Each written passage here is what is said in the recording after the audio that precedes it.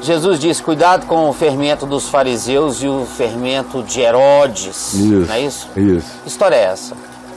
Fermento de fariseu, dos fariseus de Herodes. Ele tinha acabado de multiplicar pães de um lado do mar da Galileia, estava indo com os seus discípulos para o outro lado. E eles tinham esquecido de levar pães.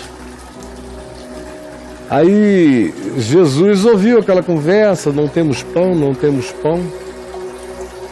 Eles estavam preocupados em sentirem fome durante a travessia, remando algumas horas até chegarem do outro lado, animados na vela e no remo, mas era demorado, algumas horas para aquela travessia.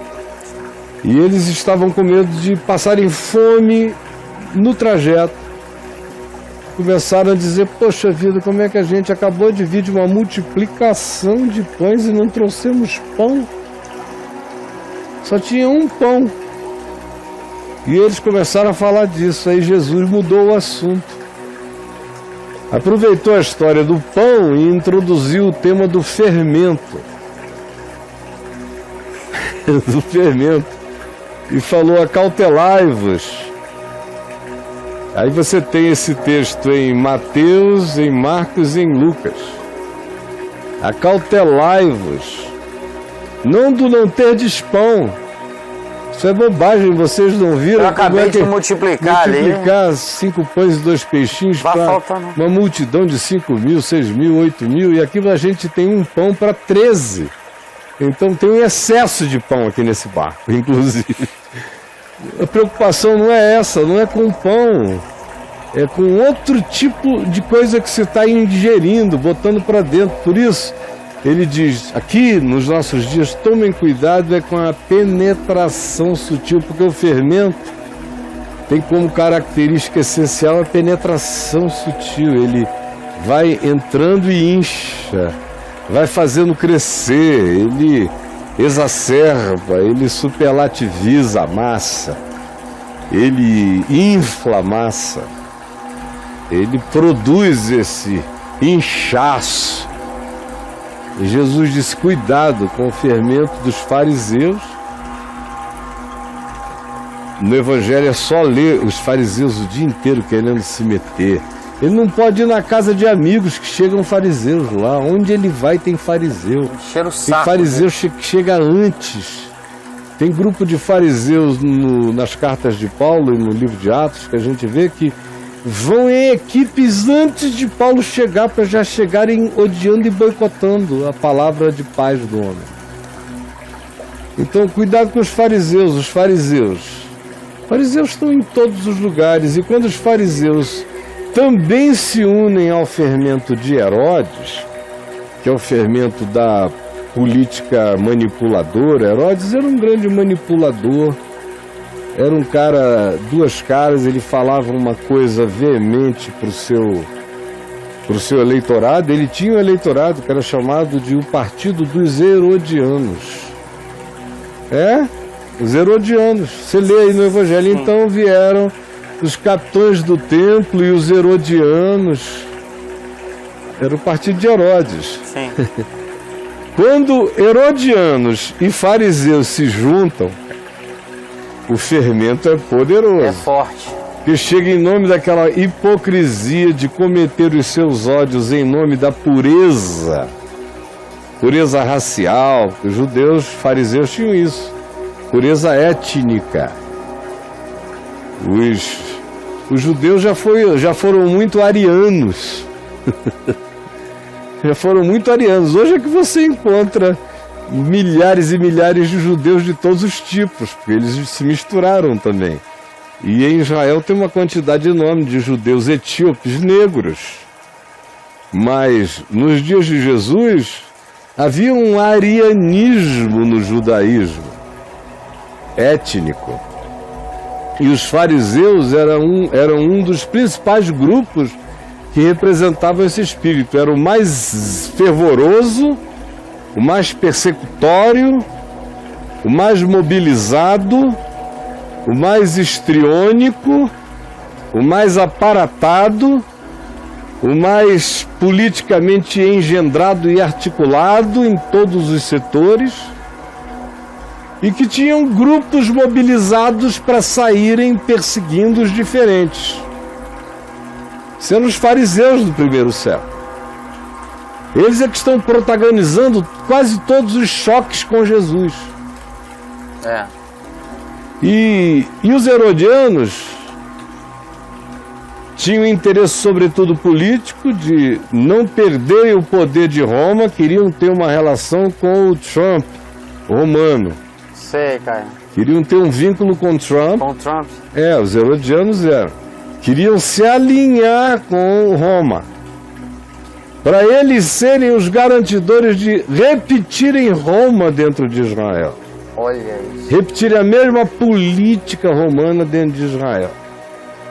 Com todas as caras e as necessidades e com todas as caras necessárias a atenderem ao que fosse necessário politicamente naquela hora. Não importava a questão ética, moral e relações humanas, direitos humanos, respeitos humanos.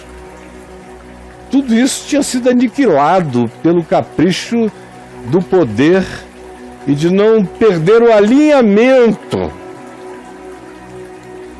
com o status quo superior. E esse Herodes é da linhagem, claro, do grande Herodes, Herodes o Grande, que reinava quando Jesus nasceu e que foi o construtor das grandes obras de arquitetura que a gente visita em Israel até ao dia de hoje. Você mesmo, Braulio, já foi a várias delas, já assistiu, já visitou a muitas delas comigo. É maravilhoso. Então, esse Herodes agora, dos dias de Jesus adulto, era da linhagem daquele Herodes original, que é o matador de criancinhas, é o comedor de gente, que para perseguir alguém que topicamente ele queria eliminar, que no caso era Jesus, ele nem sabia quem era, mas queria acabar com aquela ideia que podia crescer de um Messias alternativo dos pobres e dos marginais. Ele então mata as crianças de Belém para ver se no escopo e no arrobo matador ele leva Jesus junto no genocídio. Mas a besta invadiu e Maria e José escaparam para o Egito, para o deserto, assim como no Apocalipse se diz no capítulo 12, quando se recupera a imagem de Herodes o Grande como aquela besta, aquele dragão querendo comer a mulher. E a mulher, que arquetipicamente falando tinha sido Maria, foge do dragão para o deserto. E ali no Apocalipse o aplicativo é um outro, é mais amplo, é extensível, é universal. Não dá tempo de eu falar aqui agora, eu só estou dizendo que esse Herodes dos dias de Jesus, acerca de quem ele disse tomem cuidado com o fermento de Herodes, é dessa linhagem que, para atender o seu objetivo de poder, crianças podem morrer, mais fracos podem perecer. O importante é eliminar o risco de que isso contra o que a gente se opõe deixe de ser exterminado, sobreviva. Então vamos fazer o que tiver que ser feito. Vai morrer muita gente, mas nós vamos chegar lá. Então era mais ou menos isso que se fazia. E Jesus diz, tomem cuidado com o fermento dos fariseus.